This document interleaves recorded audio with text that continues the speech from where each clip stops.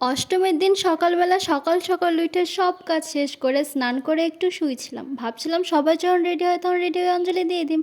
But আমার ঘুম তখন ভাঙছে যখন ব্রাহ্মণ ঠাকুর নিজের মন্ত্র পড়া শেষ করে দুপুরবেলার ভোজন করে আরাম করবার আইছিল।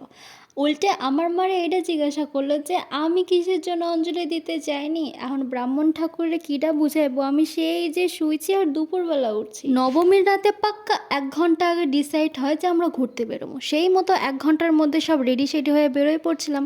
রাস্তা দিয়ে শুধু লাইটিং দেখতেছিলাম আর কইতেছিলাম কার বিয়ে কোন ধরনের লাইটটা দিব আর কিভাবে কিভাবে ছবি তুলব। সবাইরে ভিডিওতে নেওয়ার জন্য ডাকতেছিলাম আর এদিকে কাকিরে ডাকে ডাকে আমি মরে গেলাম।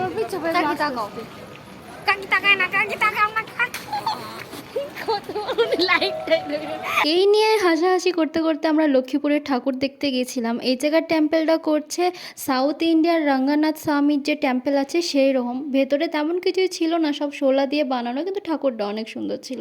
আর তার থেকে বেশি সুন্দর ছিল ওই জায়গার ভলেন্টিয়ার্সগুলা। এরপর গেছিলাম পাশের একটা প্যান্ডেল দেখতে। প্যান্ডেলটা খুবই সুন্দর ছিল, ভেতরে নরসিম্বার একটা ফিল্ম চলতেছিল। আর ওর চারপাশে যে দেয়ালগুলো ছিল সেগুলো ছিল ছোটো বাচ্চাগো হাতে আঁকা ছবি আর ডিজাইন। জিনিসটা অনেক ইউনিক ছিল।